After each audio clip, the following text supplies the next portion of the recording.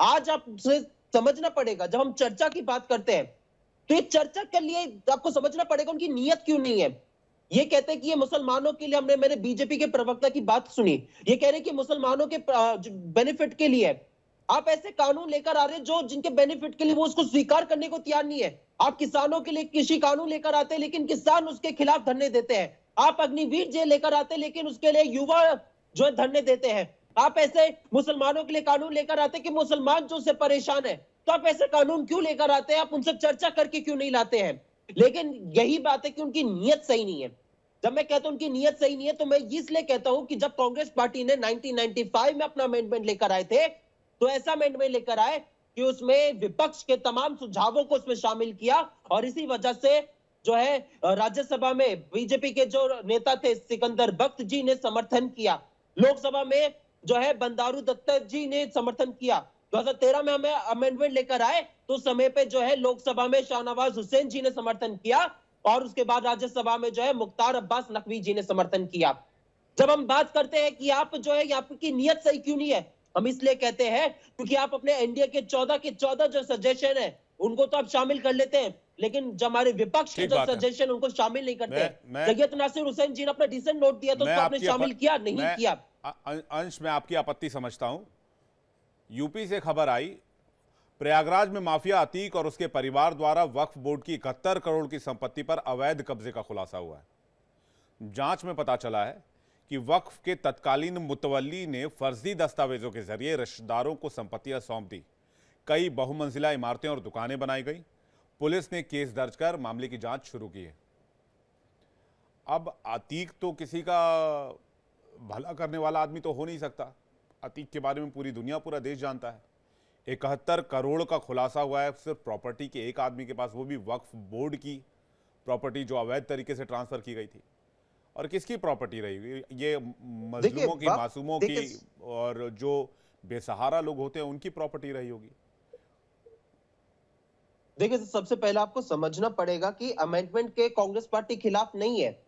आप अमेंडमेंट लेकर आइए। क्या कांग्रेस पार्टी ने अमेंडमेंट नहीं लेकर आई? हमने 1995 में अमेंडमेंट लेकर आए, 2013 में हम अमेंडमेंट लेकर आए। अमेंडमेंट आप लेकर आइए, लेकिन अमेंडमेंट आप ऐसा लाइए जो पारदर्शिता लाए। अमेंडमेंट आप ऐसा लाइए जो है उस समुदाय के लिए, जो भले के लिए हो, जो उस समुदाय के जो स्टेक होल्डर्स हैं सबसे जो है चर्चा की जाए।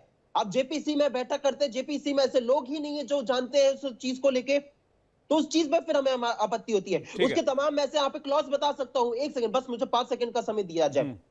मैं से तमाम क्लॉज बता सकता हूं जिससे जो है हमें आपत्ति है। हमें उनका अमेंडमेंट करने की उसमें आपत्ति नहीं है, लेकिन जो क्लॉज उन्होंने डाले, जो प्रोविजन उसमें, उससे आपत्ति है। आपने प्रोविजन ये क्या डाल दिया कि जो 5 साल तक इबादत करेगा सिर्फ वही जो है दान दे सकता है। ये तय कौन करेगा? क्या आज के समय पे भारतीय जनता पार्टी तय करेगी कि किसने जो है मुसलमान है? ठीक है, इन आपत्तियों पर मैं पर्टिकुलर जवाब चाहूंगा महेश जी का। एक छोटा सा, तो मैं शेखर जी और सौरभ जी आपके पास आ रहा हूं। के खिलाफ नहीं है, लेकिन महेश जी, ये जो आपत्तियां हैं, जो 5 साल इस्लाम को फॉलो करेगा वही वक्फ कर सकता है, गैर इस्लामिक व्यक्ति की एंट्री को लेकर भी बार बार विपक्षी पार्टियां, कांग्रेस पूछ रही है। हालांकि इसमें केंद्रीय गृह मंत्री अमित शाह ने कहा था कि भाई गैर इस्लामिक व्यक्ति की एंट्री वक्फ बोर्ड के अंदर नहीं होगी। इसका वादा और दावा दोनों किया था। महेश जी, इसीलिए मैंने आपसे क्या कहा कि जो 14 संशोधन हुए, उस संशोधन के बारे में अगर ये ज्ञान होता तो मेरे मित्र प्रवक्ता जो ये कांग्रेस के हैं, ये आपके कई दर्शकों को गुमराह नहीं करते। ये दर्शकों को या देश को गुमराह करने वाला बयान है। इस कानून में इस तरह के यही चीज मैंने गलत बोली हो तो बीच में बोला नहीं हूँ। आप आपने बहुत अनर्गल प्रलाप किए, उसके बावजूद भी मैं कुछ नहीं बोला। नहीं, मैं कुछ नहीं बोला। देखिए, मेरी बात समाप्त। एक करके वो हम झगड़ा करने थोड़ी आए। अरे भाई, उनकी आपने पूरे सरकार को खड़ा कर दिया। मैं पर्टिकुलरली उसी पर सवाल पूछ रहा हूँ। महेश जी, क्या 5 साल इस्लाम मानने वाला ही वक्फ कर पाएगा? हाँ, नहीं साहब, बिल्कुल झूठ। ये संशोधन का एक हिस्सा है। मैं इसीलिए 14 संशोधन पढ़ के आपको बता सकता हूँ कि 14 संशोधन जो हुआ, और आपको सुन के हैरानी होगी, जो 2013 में जो एक्ट में बदलाव किया गया, जिसमें पूरे देश में एक तालिबान इम्पोज किया गया, हमारे और आपके ऊपर भी वो कानून लागू है। उसको जो है मात्र 41 तंजीमों से जो है 41 संगठनों से बात हुई, और पहली बार ऐसा हुआ देश में कि 286 संगठनों से बात हुआ, ये कह रहे हैं कि किसी से हमने बात ही नहीं किया, जेपीसी ने किसी से, वही जेपीसी 286 ऑर्गेनाइजेशन से बात कर रही। एक बात। दूसरी कि हर एक स्टेट में हर एक राज्य सरकार के साथ इंटरेक्शन हुआ है, ऐसा नहीं है। सब जगह जो है ये जेपीसी गई और सब जगह बात करने के बाद ये कहीं कानून पास हुआ, जो कि सबसे बड़ी बात यह है इसमें कि जो भी संशोधन है उस संशोधन पे एक राय बनी कि हाँ कम से कम इतनी बात तो हम करें। जो चीज आप कह रहे हैं श्रीमान, मैं फिर से कह रहा हूं कि आपको वक्फ बोर्ड जो है उसी तरह से नाजायज लग रहा है जैसे राजीव गांधी जी ठीक को है, कभी आप सहबानों जो के मेन मामले मुद्दा में निकल 3 कर सामने आ तलाक रहा है गलत वो लगा जी, था। मैं 2 मेहमान बचे हुए, मैं जल्दी से रुक कर लेता हूं। शेखर जी का, उसके बाद सौरभ जी आपके पास आ रहा हूं। ये जानकारी का अभाव है या सियासी मोल भाव है, शेखर जी? देखिए, दो चीजें हैं। वक्फ का कानून सही है या गलत है, ये एक अलग बात है। जम्मू कश्मीर विधानसभा में जो कुछ भी हुआ, जो भी वहां सदन के अंदर का कंडक्ट है, वो एक अलग चीज है। देखिए, कानून पर जो भी विवाद हो रहे हैं, चाहे ये है, चाहे सीए था, एनआरसी था, कहीं ना कहीं लोगों के बीच में वो बातें नहीं आ पाती।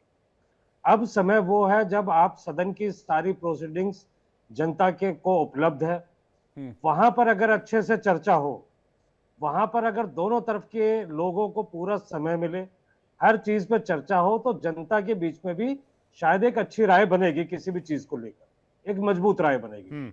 यहाँ पर हम देखते हैं कि सदन का, चाहे संसद हो चाहे स्टेट असेंबलीज हो, हर जगह कहीं 34% समय हर साल बेकार जा रहा है, कभी 36% समय बेकार जा रहा है। वो सिर्फ इन्हीं सब अनरूली बिहेवियर्स के कारण। तो यहाँ पर स्पीकर जो है उसकी जिम्मेदारी बहुत बढ़ जाती है कि दोनों पक्षों को वो चर्चा का एक अच्छा मौका दे, क्योंकि इसके बिना जो आज बात चल रही है कि इतने संगठनों से हमारी बात हुई, उतने संगठनों से बात हुई। साहब, जब किसान बिल आया तब भी कई किसान संगठनों से बात हुई जो उसी टाइम बने, जिनका कोई आगा पीछा नहीं था, बाद में बिल वापस लेने पड़े। अगर यही चर्चाएं उस टाइम पर अच्छे से हो जाती, क्योंकि देखिए, ये कानून बनाना एक अलग चीज है, लेकिन कानून बनाने का पावर आपको क्यों है? आप एक लोकतंत्र है, लोकतंत्र में आप जनता को रिप्रेजेंट कर रहे हैं। तो जनता के जो चुने हुए प्रतिनिधि हैं, अगर उनको वहां पर अपनी राय रखने का मौका नहीं मिलेगा, चाहे वो स्पीकर साहब नहीं देंगे या किसी अन्य कारण से नहीं मिलेगा, तो लोकतंत्र तो अपने आप में ही एक बेईमानी हो गया। ये सबसे मुख्य मुद्दा ये है कि जो जम्मू कश्मीर विधानसभा में जो प्रकरण हुआ है, इससे पहले 2021 में सुप्रीम कोर्ट ने भी केरला असेंबली के 4 विधायकों को लेकर कहा था लेकिन कि इस तरीके का बिहेवियर बिल्कुल भी एक्सेप्टेबल नहीं है। शेखर भाई, आपका पॉइंट ठीक है, वैलिड है कि भाई सदन का समय बर्बाद होता है, लेकिन इस बिल को जब पहली बार पेश किया गया तो बिल को जेपीसी में भेजने का फैसला किया गया। जेपीसी में सारी पार्टियां थी। जेपीसी में जब सारी पार्टियां थी, जगदंबिका पाल उसको लीड कर रहे थे, सारी राज्यों से मशवरा लिया गया, प्रॉपर टाइम दिया गया, तो फिर माहौल क्यों बनाया जा रहा है? सवाल तो इस बात को लेकर है ना। अगर जेपीसी के अंदर आपत्तियों को आपने नहीं सुलझाया तो फिर आप सदन के अंदर क्यों आ रहे हैं? जेपीसी में जो आपत्तियां आई, क्या उनका ख्याल रखा गया इसमें तो बिल में? जगदंबिका पाल ने हर रोज कहा है कि हमने जितने भी सुझाव आए, चाहे वो तेलंगाना से आए, बिहार से आए, यूपी से आए, किसी भी पश्चिम बंगाल से आए, किसी भी स्टेट से आए, हमने उन सुझावों को उसमें अमेंड किया। ठीक है, अब सुनिए, जेपीसी में वो कह रहे हैं कि हमने सभी सुझावों को ले लिया। तो अभी जो सदन में जहां कहीं भी चर्चा चल रही है, अभी भी जो बातें उठ रही है, अगर मान लीजिए किसी का बिल्कुल इनवैलिड सजेशन आ रहा है, अभी भी आ रहा है, तो आप उसका जवाब दे सकते हैं ना सदन में। आपको दिक्कत क्या है? आप लोगों को क्लैरिफाई कर दीजिए। लेकिन आपके पास अगर जवाब नहीं है तो आप चर्चाओं से भागेंगे। जो सदन में बाकी के लोग हैं, तो क्या जेपीसी के अलावा जो बाकी सदस्य होते हैं, चाहे संसद के होते हैं या स्टेट असेंबलीज के, क्या उनकी ओपिनियन का ख्याल नहीं रखना चाहिए? ठीक है, क्या तो कंफ्यूजन को दूर करना सरकार की जिम्मेदारी नहीं है? सौरभ दुबे जी, देखिए, इस देश के अंदर जब भी कोई समावेशी सुधार के लिए कोई नया कानून बनाया जाता है या कानून के अंदर कोई संशोधन किया जाता है, तो उस पे कुछ लोग सियासी वार करने की कोशिश करते हैं। निश्चित तौर पे ये जो वक्फ बोर्ड है, इसके पास इतनी ज्यादा शक्तियां आ गई थी कि जिसके आधार पर ये वक्फ बोर्ड जो है वो तमाम जो सरकारी जमीनें हैं वो ये कहता था कि सरकारी जमीनों पे उंगली रखने के बाद ये हमारी हो जाएंगी। इनके पास ऐसी शक्तियां आ गई थी कि इनको लगता था कि भैया इस देश के अंदर जो है, जो पार्लियामेंट है, जो इंडिया गेट है, जो ईडन गार्डन है, जितनी भी सरकार की बड़ी संपत्तियां हैं, वो सब वक्फ बोर्ड पे बना है। महाकुंभ जब लगा था तब एक मौलाना ने उस पर जो है कहा कि महाकुंभ वाली जमीन भी वो वक्फ बोर्ड की है। तो इसको सत्यापित करना तो जरूरी है ना भाई। अगर कुछ लोग वक्फ बोर्ड से जुड़े हुए लोग अगर इस बात को कहते हैं तो इसके सत्यापन के लिए तो कोई ना कोई होना भाई। देश के लोगों को देश के इतिहास के बारे में, देश की वास्तविक स्थिति के बारे में जानकारी लेने की जो है अधिकार तो है ही है। और वक्फ बोर्ड की जहां तक बात है तो वक्फ बोर्ड जो है वहां पर जो आम मुसलमान थे, जो गरीब मुसलमान थे, जो पिछड़े मुसलमान थे, जो शोषित मुसलमान थे, जो पसमानदा समाज था, उन्होंने स्वयं आवाज लगाई थी। उन्होंने लगातार इतनी एप्लीकेशन दी है सेंट्रल मिनिस्ट्री में, जितने भी राज्य के वक्फ बोर्ड है वहां पर, कि हमारी जमीनों पर अतिक्रमण किया गया। कई कई जगह पर तो यही दिल्ली से सटा गाजियाबाद है, एक वहां पर बड़ा परिवार रहता था, उसके पास कुछ लोग आए कि भैया हमें नमाज पढ़ने के लिए जगह दे दीजिए। उन्होंने बगल वाले प्लॉट पे अपने जगह दे दी। वहां धीरे धीरे जो है 10 लोग पढ़ने लगे, 15 से 20 लोग पढ़ने लगे। बाद में कहते हैं कि नमाज पढ़ते पढ़ते अब ये जमीन अल्लाह की हो गई, अब ये वक्फ बोर्ड को आपने दान कर दी। अब वो जब कोर्ट गए तो कोर्ट कहता है कि भैया इसके अंदर ऐसा कानून है कि आप कोर्ट नहीं आ सकते। बड़ा एग्जांपल अतीक अहमद वाला भी दे दिया। सुन लीजिए ना। नहीं, उससे बड़ा एग्जांपल आप जो बता रहे हैं उससे बड़ा एग्जांपल अतीक अहमद का दिया। 71 करोड़ की अवैध संपत्ति का खुलासा हुआ है जो वक्फ बोर्ड के अलावा छोटे के छोटा जानना जरूरी है। ये जो गरीब मुसलमान, पिछड़ा मुसलमान, पसमानदा, वो तो अतिक्रमण किया ही था उसने। वो तो बड़े बड़ी जमीनों पर अतिक्रमण। यहाँ जो छोटे गरीब मुसलमान है लोगों का कंफ्यूजन कैसे दूर होगा, सवाल इस बात को लेकर है। जब सदन में चर्चा नहीं हो पा रही है, जैसे जम्मू कश्मीर विधानसभा में चर्चा नहीं हो पा रही, मेरा सवाल ये था सौरभ दुबे जी, मेरा सवाल ये था जब तक बातचीत नहीं करेंगे तब तक इसकी जानकारी मुकम्मल तौर पर आम लोगों तक कैसे पहुंचेगी? विवेक भाई, अब मुझे अनस्क्रिप्टेड बोलने दीजिए, मैंने आपका प्रश्न ले लिया। देखिए, सबसे पहली बात तो वक्फ बोर्ड कोई धार्मिक संस्था नहीं है। द वक्फ बोर्ड जो है इस देश के अंदर एक वैधानिक संस्था है, भारत सरकार के अल्पसंख्यक कार्य मंत्रालय के अंतर्गत आती है, और वहां पर जो भी उससे जुड़े हुए लोग हैं, सरकारी लोग, उनको तनख्वाह भी भारत सरकार देती है, पहली बात। दूसरी बात जो है, अगर वक्फ बोर्ड जो है भारत सरकार के अधीन आती है, एक वैधानिक संस्था है, तो इसमें संशोधन करने का सरकारों को अधिकार है। पहले भी संशोधन किया गया था। आपने रखी चर्चा की बात, क्या ये मैं जानना चाहता हूं, अभी हमसे पहले शेखर जी बोल रहे थे, मुझे लगता है ये जानकारी इनकी अभाव है, पार्लियामेंट देखते नहीं है। मैं भी पूरी रात जगा था, आप भी वरिष्ठ पत्रकार है, आपने देखा होगा 2 बजे रात तक जो है देश के गृह मंत्री, देश का पार्लियामेंट्री मिनिस्टर जो है, तमाम लोग बैठे थे, पक्ष भी बैठा था, विपक्ष भी बैठा था, और वहां पर स्पीकर साहब ने एक एक मुद्दे जो जेपीसी में लोगों, जेपीसी बनी थी कमेटी, उसमें सभी लोगों को मौका दिया और एक एक करके वोटिंग कराई। जो प्रस्ताव आए थे लोगों की तरफ से कि इस पे सुधार होना चाहिए, अरे भैया सौरभ भाई, उस पर तक वोटिंग कराई। अब ये बताइए, क्या पार्लियामेंट अगर 2 बजे रात तक चल रही है, हाथ जोड़ जोड़कर एक सवाल पूछ रहा हूं, आप बार बार घूम जाते हैं। मैं पूछ रहा हूं, हमारे कक्षा में गुरुजी कहते थे कि एक प्रॉब्लम समझ में नहीं आई, दूसरी बार पूछना, तीसरी बार पूछना, 5 बार पूछना, 10 बार पूछना, संकोच मत करना। जब तक कंफ्यूजन क्लियर ना हो, मैथमेटिक्स का फॉर्मूला सॉल्व ना हो, तब तक पूछो सवाल। तो वो जानना ही तो चाह रहे हैं, यही तो पूछ रहे हैं कि भाई हमें अगर चर्चा करके हमारा कंफ्यूजन क्लियर कर दो। अहमद अयाज भी वही बात कहना चाह रहे हैं। आप से पूछता हूं, आप दे देते हैं हमें इमली। नहीं विवेक भाई, मैं बता रहा हूं आपको, देखिए ये देश की जो है ना, ये संसद प्रणाली जो है वो अच्छा नहीं है, ये कक्षा नहीं है। पहले सुन लीजिए, दूसरी बात में जहां पर टीचर आएंगे और बार बार पढ़ाएंगे। जब इस देश के अंदर सीए कानून आया था, तब लोगों ने क्या कहा था, मुसलमान खतरे में है, इस्लाम खतरे में है। सरकार ने समझाने की कोशिश नहीं की। नहीं, देखिए गौरव जी मैं दूसरी बात करूं इसके ऊपर, कमेटी नहीं बनाई थी क्या? सुप्रीम कोर्ट की जो कमेटी बनी थी, क्या इन लोगों ने सुना था क्या? जब इस देश में ट्रिपल तलाक की व्यवस्था को खत्म करने की बात आई, गौरव जी इस्लाम खतरे में है, मुसलमान खतरे में है, लेकिन वो ऐसा हुआ क्या? जब 370 धारा आई तब क्या कहा? गौरव जी आपने बहुत अच्छी बात करी। देखिए, जो पार्लियामेंट इस देश की सर्वोच्च कक्षा है, बातों का मैं रिस्पॉन्ड करूंगा। जहां पर सारे माननीय सांसद बैठते हैं, वो पार्लियामेंट इस देश की सर्वोच्च कक्षा है, जहां पर इस देश की बेहतरी की चर्चा होती है, इस देश के लिए कानून बनाए जाते हैं। इससे बेहतर कक्षा तो कोई हो ही नहीं सकती है सर। कक्षा नहीं है वो, कक्षा में एक मास्टर पढ़ाते हैं, छात्र सुनते हैं। कक्षा मतलब क्या होता है? पार्लियामेंट। भाई देखिए अहमद अयाज, आप मेरी बात से सहमत नहीं होंगे, मुझे और लोगों ने सुन लिया। मुझे पता है सौरभ भाई आप ज्ञानी व्यक्ति हैं, आप मेरी बात से सहमत नहीं होंगे। अहमद अयाज आपको कुछ कहना चाह रहे हैं? नहीं, मैं ये कहना चाह रहा हूं, गौरव जी ने बहुत अच्छी बात करी, गौरव जी ने बहुत अच्छी बातें कुछ करी, लेकिन दो बातों का मैं रिस्पॉन्ड करूंगा। एक ये कि अगर इनका ये ख्याल है कि जैसे इन्होंने कहा कि भाई इससे तनाज़ा खत्म हो जाएगा या मामला खत्म हो जाएंगे, कुछ जिक्र करी उन्होंने, वो हम भी मान लेते हैं कि कहीं कहीं गलत हुआ होगा, हम मान लेते हैं। लेकिन अगर आप ये मान के चलते हो कि आगे वो खत्म हो जाएगा मामला, नहीं लग रहा है, बल्कि आप मार्क माय वर्ड्स, आप मेरे ये लिख के रखिए, इतना तनाज़ा बढ़ जाएगा हिंदू और मुसलमान के दरमियान कि शायद वो अंत तक होगा, वो कहीं टूटेगा नहीं। आप देखिए हर रोज एक बात, क्योंकि आप देखोगे लैंड को लेकर इतने डिस्प्यूट बनेंगे। देखिए एक मिनट गौरव जी, एक मिनट से कोई लेना देना नहीं है।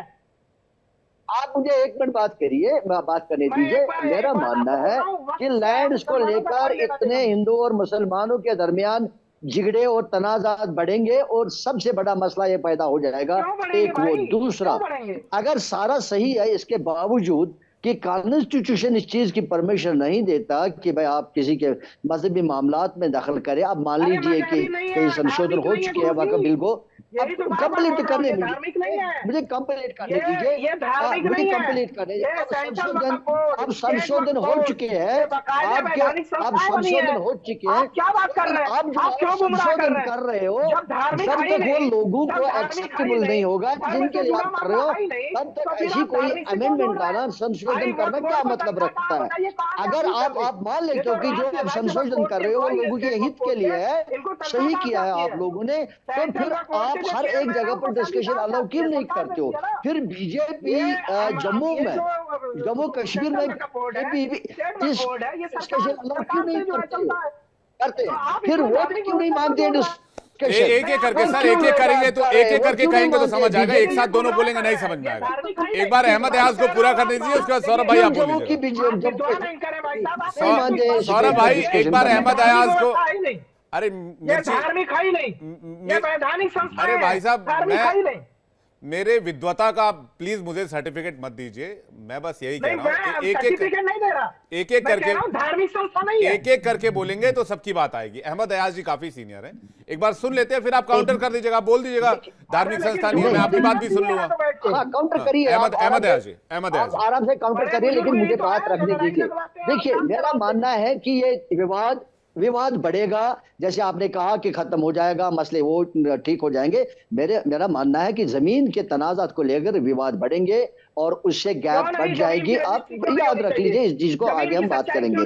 दूसरी, जब ये हम मान लेते हैं कि कॉन्स्टिट्यूशन, पहले मुझे बात तो करने दीजिए ना, बात तो करने दीजिए मुझे। अगर सारा ठीक है, जो संशोधन ला रहे हो, अगर वो सारा ठीक है तो वो लोगों को एक्सेप्टेबल होना चाहिए। अगर आपके हिसाब से ठीक है तो आप लोगों को अलाउ करिए ना डिस्कशन करने के लिए। फिर जम्मू कश्मीर की असेंबली में बीजेपी क्यों नहीं अलाउ कर रही है? कंफ्यूजन दूर करने की जिम्मेदारी किसकी है? मैं तो सीधा सवाल एक पूछ रहा हूँ, जो बात अहमद अयाज भी पूछ रहे हैं।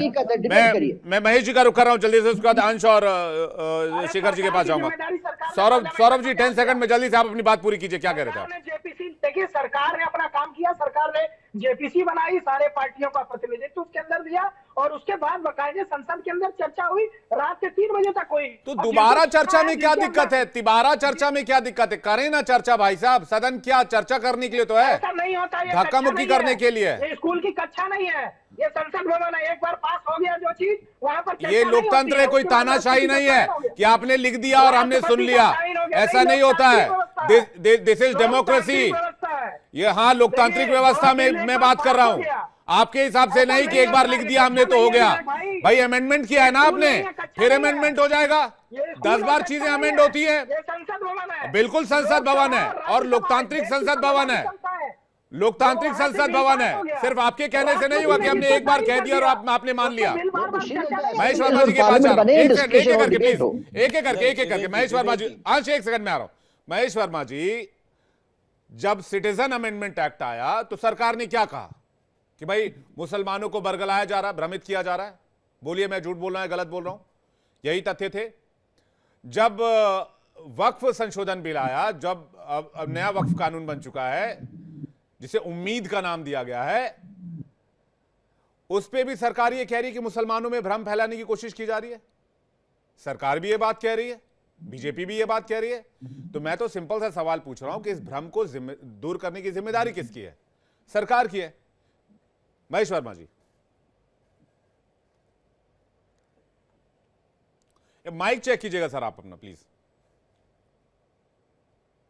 मैं आपसे ये पूछना चाह रहा हूं सर कि वो भ्रम दूर कैसे होगा जब वो कानून लागू होगा? उसके कहीं गुण दोष सामने आएंगे जी। जो आज कहा जा रहा है। अभी सुप्रीम कोर्ट में गए हैं ना लोग, कांग्रेस भी गई है, ओवैसी भी गए हैं, ये सब मुसलमानों के हमदर्द। लेकिन जो सबसे बड़ी बात अछूती रह गई, जो आपने एक हल्का सा अतीक का नाम लेके 128 ऐसे राजनेताओं का नाम लिया गया है जो मोर देन 3 लाख करोड़ की, अकबर अहमद डपमी का रिजोर्ट किस जमीन पे चल रहा है? सलमान खुर्शीद के पास कितनी जमीन है वक्त की? AR अंतुले कांड हुआ था जो चीफ मिनिस्टर हुआ करते थे महाराष्ट्र में, उनके पास कितनी जमीन निकली थी? ओवैसी से अभी 32,000 करोड़ की जमीन पे काबिज है। आजम खान जो है अरबों खरबों की जमीन पे काबिज। ऐसे 128 राजनेता हैं जो काबिज हैं वक्त के लैंड पे। उनके बारे में ये हमारे जो मुस्लिम रहनुमा है, स्कॉलर या जो नेता या सेक्रेटरी है, जो कोई भी है, क्या अल्लाह के नाम पर दिया हुआ ये जमीन इन लोग के रिजोर्ट 5 स्टार और इनके कॉलेज और इनके यूनिवर्सिटी और इनके अपने कारोबार के लिए होते हैं क्या? शर्मिंदगी तो उस बात के लिए कहीं उठानी चाहिए कि जो वकालत कर रहे हैं वो खुद ही गुनाहगार हैं, जो आज इसकी मजम्मत करने चले हैं, जो इसकी निंदा करने चले हैं। जरा अपनी गिरबान में पहले झांक के देखें कि कितने वक्फ लैंड पे वो आज काबिज हैं। अगर उनके बारे में ही कुछ अता पता कर लिया जाए तो पता चलेगा कि यही लोग इतने बड़े जागीरदार इसके बने हुए हैं। पहली बात। दूसरी बात कि जो आपने बात कही, एक कानून को इस कानून के अमल में आने के बाद देश में प्रगति जो है और मुस्लिम समाज में प्रगति जो है वो अपनी बुलंदियों पे होगी।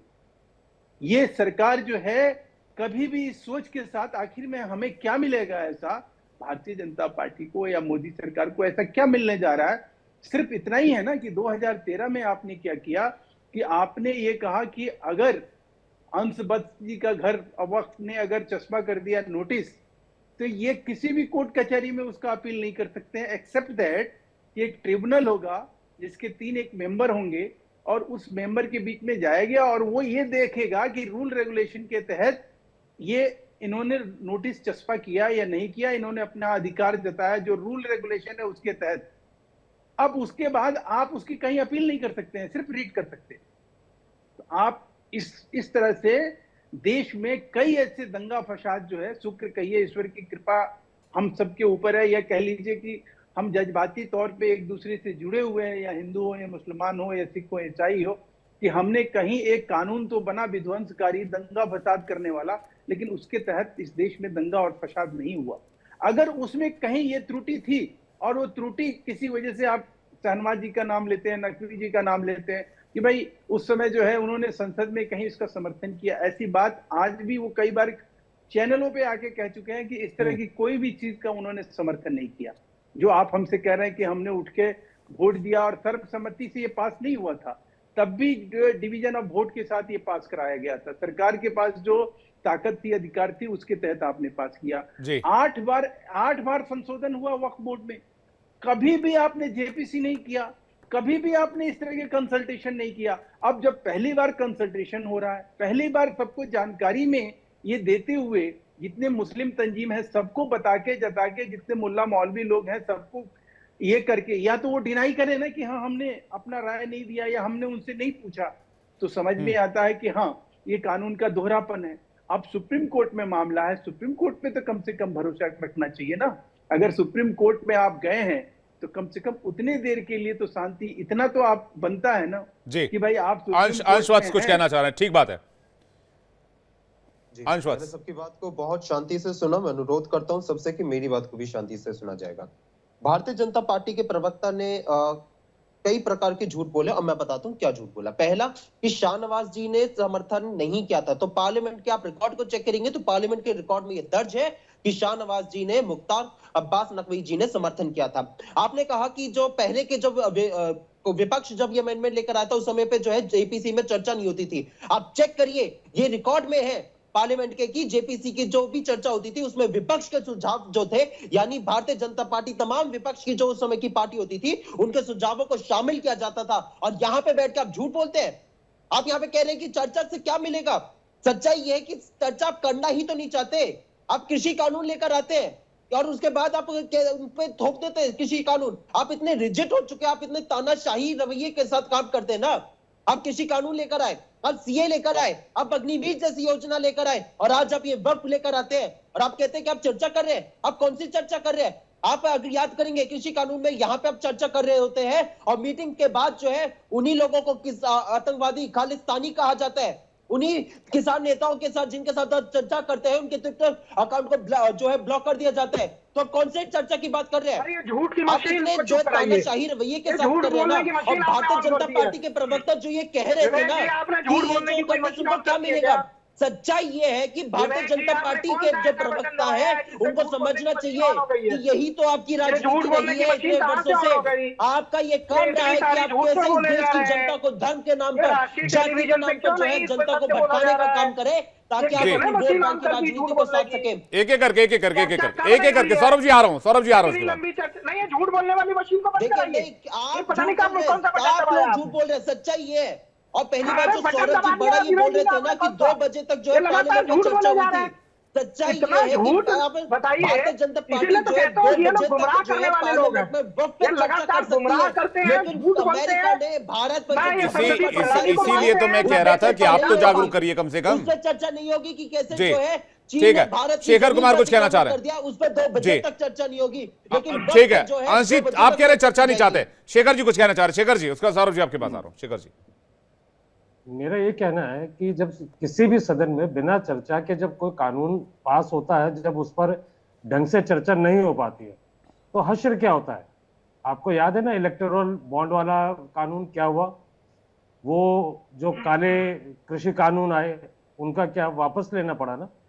आप बहुत सारे एमपीज को आप सस्पेंड करके उनके पीछे एक तरफा तरीके से कानून पास करते हैं, बाद में जाके कोर्ट में वो सारे अनकॉन्स्टिट्यूशनल हो जाते हैं। सौरभ जी एक एक करके। हाँ, सौरभ जी थोड़ा सब्र रखिए, जब पार्लियामेंट में आएंगे तो और ज्यादा बोल लीजिएगा, आपको भी चर्चा का मौका मिलेगा। तो मेरा सिर्फ ये कहना है कि अगर चर्चा ढंग से हो और उसके बाद अगर वो कानून उसके सारे पक्षों को, सारे पहलुओं को अगर जांच लिया जाए तो उसमें बुरा क्या है।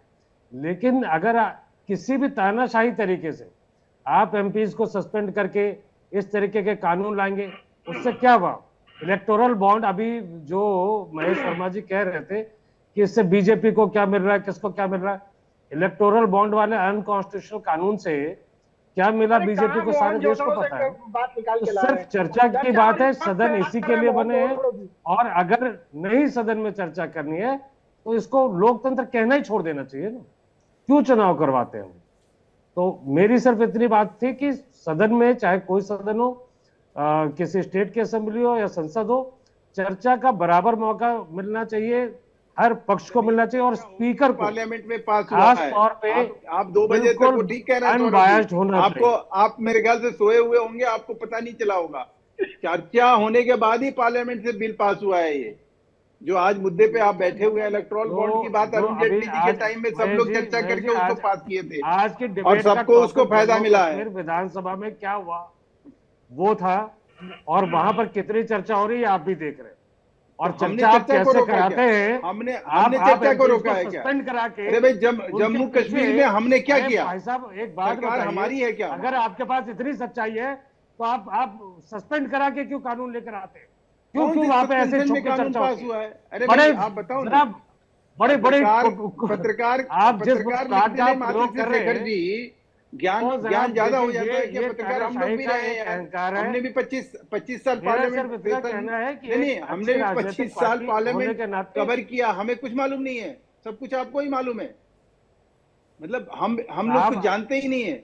मतलब आप जो जान रहे हैं उसके अलावा आप तो उस कुछ परंपरा मालूम को ही नहीं है। मानते हैं जहाँ सदन में भी आपकी बात, रेडियो पे भी मन की बात, हर जगह सिर्फ आप ही की भाई बात। आप मैं फिर वही कह रहा आप हूँ कि सुनो, आप अब वो जो मेरी बात कह चर्चा रहे को थे सुन ना, लीजिए। हमारे आप, एंकर मेरा महोदय जो सिर्फ बात कर आपसे रहे थे कि निवेदन ये आपसे है, आम का सवाल है, आप मेरा लीची का निवेदन स्वाद ये बता है रहे कि हैं। एक बार ये अंतर है मैं आप जितनी में। बात कह वो रहा कुछ हूँ और सवाल उसको पूछ रहे सुनकर हैं, आप कुछ और सोच जवाब लीजिए, दे रहे हो। उस पर एक बार क्या सोच लीजिए, क्या पता तानाशाही है, फायदा क्या हो। तानाशाही है, क्या तरीका है? वो तानाशाही अगर होगी तो सुप्रीम कोर्ट डिसाइड कर देगा ना। आप इतना तो इत्मीनान रखिए ना, सुप्रीम सुप्रीम कोर्ट कोर्ट ने पे तो कर ही विश्वास है दिया ना। ना, सुप्रीम है? कोर्ट ने तो कर ही दिया ना वो इलेक्टोरल बॉन्ड में। और क्या? उसमें उसके पीछे इलेक्टोरल बॉन्ड के क्या क्या हुआ पूरे देश को पता है साहब। अरे भाई और इलेक्टोरल बॉन्ड पे क्या मेरे किया? मेरा मेरा कहना ये है, आप अभी भी चर्चा को बस सुन लीजिए, उस पर थोड़ा सा विचार कर लीजिएगा, हो सकता है फायदा हो, नहीं फायदा लगे तो आप इग्नोर कर फिर सकते वही हैं बात, बात को। इलेक्टोरल बॉन्ड के ऊपर जो है देश की सारी पॉलिटिकल पार्टियों का पूरे चंदा मिला, देश कोई पूरा भारतीय देश जनता का पार्टी को आपसे मिला? यही निवेदन है कि सुन लीजिए, अरे सुनने में कोई हर्ज नहीं। हम ये कह रहे हैं कि सुन समझ के, देख समझ के। मैं आपको 286 तंजीमों का नाम लिया, झूठ है क्या? उनसे कंसल्टेशन करके हुआ, हर एक राज्य से कंसल्टेशन हुआ। जेपीसी आप मुझे बताइए कि 9 बार संशोधन हुआ है, 9 बार में एक बार भी जेपीसी बना है? आपको मालूम है? एक बार भी नहीं बना, पहली बार बना है। के रहमान 2013 में, के रहमान की सुन लीजिए, 2007 में। और आज के आप टॉपिक पे, जिस किसान आज कानून के की आप टॉपिक बात पे कर महेश रहे जी हैं, एक सुन बात का लीजिए, जवाब दीजिए। किसान कानून आज की का सुन लीजिए, टॉपिक जिस जम्मू किसान कश्मीर कानून की बात विधानसभा कर रहे में हैं। जो 2 दिन अरे हुआ भैया, है, थोड़ा क्या उस पे है या नहीं? थोड़ा वहां ज्ञान सुनने में बंटन क्या कर लो, कोई परेशानी बुराई थी? नहीं है। क्या क्या कोई क्या ज्ञान परेशानी अगर थी बढ़ सुनने में? जाए कहीं किसी डिबेट में, कोई ज्ञान के, जरूरी नहीं है कि सब चीज आप ही को मालूम है, हमें हमारी भी कुछ थोड़ा बहुत अल्प ज्ञान जो है वो भी ले लो। 2007 में ब्रदर किसान जो कानून आया था, ये दिक्कत 2007 ही में अल्प इसकी ज्ञान ड्राफ्ट वाली है आई थी। साहब। 2007 में मनमोहन सिंह सरकार में ये ड्राफ्ट आया, आपको सुन के हैरानी होगी। और उससे पहले सुन मुझे लीजिए, नहीं होगी। 6 ऐसे राज्य हैं देश जी। के जहां पे कांग्रेस ने इसी कानून को, सिमिलर कानून लागू किया। आज ठीक है। 40 साल से वो कानून आज भी इस देश में 6 हो राज्यों रही में है। ठीक है, स्थापित है। ठीक तो है। महेश मजाक वर्मा जी जो है वापस ना, लौट रहा हूं आपके पास, मजाक अहमद अयाज जी के पास जा रहा और हूं। सौरभ जी मजाक एक सेकंड बना वेट के कीजिएगा। फिर देश को गुमराह करना, ये काम बंद होना चाहिए पढ़े लिखे लोगों को। सौरभ जी एक सेकंड वेट कीजिएगा, अहमद अयाज साहब, एक अहमद अयाज साहब मिनट, एक मिनट साहब, एक मिनट। चीज वक्त कानून भाई, पे एक देश चीज- को गुमराह बीजेपी ये करने कह का रही काम- है, बीजेपी ये शेखर भाई, बीजेपी ये कह रही कि जम्मू कश्मीर विधानसभा में जो हंगामा हो रहा है उससे उनका क्या लेना देना है? भाई क्लैश तो नेशनल कॉन्फ्रेंस और पीडीपी के बीच में है। वो एक दूसरे के नहीं, खिलाफ बीजेपी भी धक्का-मुक्की उसमें कर रहे साथ हैं। में। मेरा सिर्फ इतना कहना था जी, कि बात चर्चा कराने को लेकर है, देश को जो गुमराह करने वाली बात कर तो रहे हैं। फैसला जम्मू कश्मीर के सदन में स्पीकर लेंगे, इसमें बीजेपी क्या करेगी? अहमद अयाज कुछ कहना चाह रहे हैं। तनख्वाह दे रहे मौलवियों को नहीं, देखिए, अंतर्गत एक बात बार-बार हमने कब एक बात बार-बार सामने आती है, जब हम ये कहते हैं कि भाई ये मजहबी मामलात में मदाखलत है जिसकी कॉन्स्टिट्यूशन इजाजत नहीं देता, तो एक बात सामने आती है कि भाई इसके काफी संशोधन हो चुकी है पिछले टाइम में। हम मान लेते हैं अगर पिछली बार संशोधन कभी हुआ भी है, उस पर हम ज्यादा नहीं कहेंगे कि अगर कॉन्स्टिट्यूशन अलाउ नहीं करता है तो कॉन्स्टिट्यूशन ठीक है। लेकिन इस वक्त जो मामला है, शायद वो जो अमेंडमेंट्स है वो शायद लोगों को एक्सेप्टेबल थे, और अब चूंकि एक्सेप्टेबल नहीं है, शायद लोगों को इसलिए एक्सेप्टेबल नहीं है क्योंकि उनको मालूम है किसी भी, मुझे लगता है मेजॉरिटी, आई डोंट नो, आपके लोग बीजेपी के साथ भी लोग होंगे, आई डोंट मीन, लेकिन जो मुसलमानों का मानना है उनको कभी ये महसूस नहीं हो रहा है कि बीजेपी उनके लिए कोई भला कर सकती है। वो सबसे बड़ी बात है, विश्वास की सबसे बड़ी बात है, और उसके लिए वो तर्क भी है मुसलमानों के पास, जो भी अभी आज तक देखने में आया। तो इसलिए ये भी एक और मिसाल आपके सामने है। अगर सारा ठीक ठाक है, आप कह रहे हो कि मुसलमानों के हित की बात है, इसमें कोई दिक्कत नहीं है, तो फिर जम्मू कश्मीर असेंबली ऑलमोस्ट बंद क्यों हो रही है? फिर बीजेपी भी इसको डिस्कशन में क्यों नहीं आना? वो क्यों नहीं डिमांड करता है डिस्कशन? वो क्यों इसको अपोज करता है कि कोई डिबेट ना हो जम्मू कश्मीर सर वो तो नेशनल कॉन्फ्रेंस और पीडीपी के बीच का मामला है ना अहमद अयाज जी। Then they should have been first to demand the debate. Ahmad साहब एक सवाल है आपसे, आप मुझे ईमानदारी से बताइएगा, आप एक मतलब मुस्लिम पर्सनल लॉ बोर्ड के सचिव हैं, आपके पास कितना जमीन ऐसा होगा जिसका इस्तेमाल आप कर रहे हैं जो वक्फ बोर्ड का है व्यक्तिगत रूप से? नहीं, मेरे पास तो नहीं, मेरे नहीं पास तो नहीं है जाति। और आपके पास नहीं है पक्का ना? ना, बिल्कुल। और आपके अलावा कितने ऐसे लोग होंगे जो जम्मू कश्मीर में वक्फ हो बोर्ड का सकता लैंड यूज करें? नहीं, मैं उस चीज को डिनाई नहीं करता कि ऐसे लोग नहीं होंगे, मैं नहीं डिनाई करता, लेकिन क्या ओवैसी के 32,000 करोड़ जमीन का कब्जा जो है वक्फ बोर्ड के, उसके ऊपर अब ये नए कानून के हिसाब से अगर इन लोगों को वक्फ बोर्ड के जमीन से बेदखल होना पड़ेगा तो क्या ये उस बात की मिट्टी लग रही है? जल्दी से सौरभ दुबे कुछ कहना चाह रहे हैं। सौरभ दुबे जी, मैं इत्तेफाक करता नहीं हूं। बात देखिए, बात कार्रवाई को लेकर नहीं है, बात है कि भाई जो कंफ्यूजन क्रिएट हो रहा है, जो बात दूसरे लोग कर रहे हैं। एक सेकंड जल्दी से सर, जल्दी से मैं इस चीज से इत्तेफाक करता हूं कि लोगों के पास कब्जे में होगा, लेकिन आपने होम मिनिस्टर को कल सुना, परसों सुना, जब वो बिल पर बोल रहे थे, उन्होंने पता नहीं कितने मंदिरों की जिक्र की कि उन मंदिरों के पास जमीनों की मामलात है जहां मुस्लिम पर जस्टिफाई करने की क्यों कोशिश होती है जब यही बात आती है? ठीक है, सौरभ दुबे कुछ कहना चाह रहे हैं। सौरभ दुबे जी, जल्दी से सौरभ दुबे जी, सौरभ दुबे जी, सौरभ दुबे जी। सिर्फ मुसलमानों तक ही महदूद नहीं है, ये कुछ और भी दिखा रहा है, इसीलिए मैं बता रहा हूँ। इसका जो सच्ची बात इन लोगों को ही बतानी चाहिए। जो मौलाना सरकार तो बिल और ड्राफ्ट चर्चा करा करके पास कर चुकी, राष्ट्रपति जी ने उस पर साइन कर दिया, पहली बात। दूसरी बात, बार बार कह रहा हूं कि हिंदू मंदिर, मुसलमान वक्फ बोर्ड, ये हिंदू उससे मैटर है ही नहीं। ये है जमीन रजिस्ट्रेशन का मामला, जो अवैध अतिक्रमण किए गए, ये पता तो चलना चाहिए किसकी जमीन है, किसने दान दी है।